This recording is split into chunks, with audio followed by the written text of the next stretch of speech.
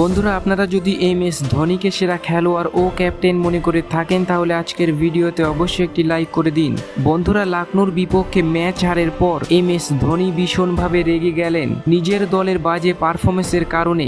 Match হারের পর KL রাহুলের অসাধারণ পারফরমেন্স নিয়ে MS ধোনি যা বলল শোনার পর পুরো দেশবাসী অবাক হয়ে গিয়েছে।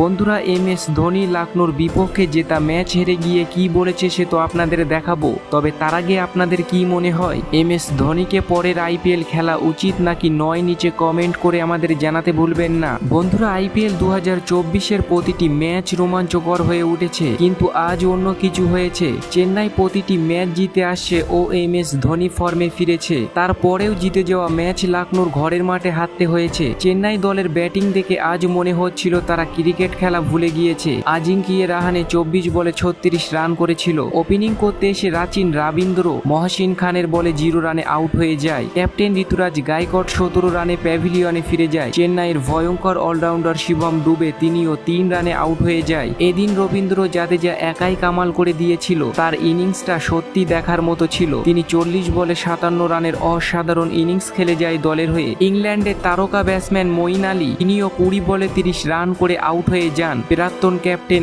MS ধোনি 9 বলে 28 রানের অসাধারণ ইনিংসে 176 রান করেছিল চেন্নাই সুপার কিংস।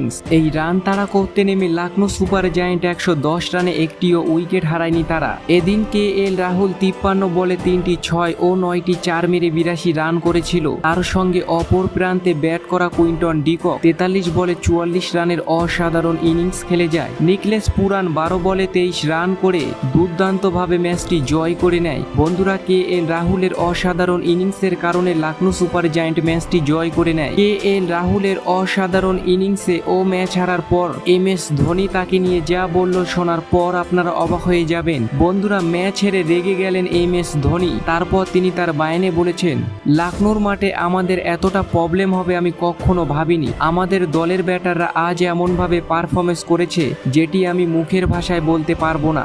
আমি জানি লখনৌ সুপার জায়ান্ট আমাদের উইক পয়েন্টগুলো জেনেই তারা মাঠে নেমেছিল। আমার মনে হচ্ছিল আমাদের ব্যাটসম্যানরা আজ মাঠে নেমেছিল টাইম পাস করতে। আমরা যে স্কোর করেছিলাম এটা KL রাহুলের জন্য যথেষ্ট ছিল। তার ইনিংস পুরো দেশবাসী দেখেছে। আজ ক্যাপ্টেন যখন এমন পারফরমেন্স করবে অপর খেলোয়াড়রা অনেক বেশি উৎসাহিত হবে ভালো খেলার জন্য। তার ইনিংসটা সত্যি আজ দেখার মতো ছিল। তার জন্য আজ আমরা হেরেছি। আজ আমরা লখনৌকে হারাতে পারলাম না। অবশ্যই আমাদের ঘরের মাঠে তাদেরকে হারাবো। তো বন্ধুরা, আপনাদের কেমন লাগলো MS ধোনির এই বায়ান নিচে কমেন্ট করে আমাদের জানাতে ভুলবেন না।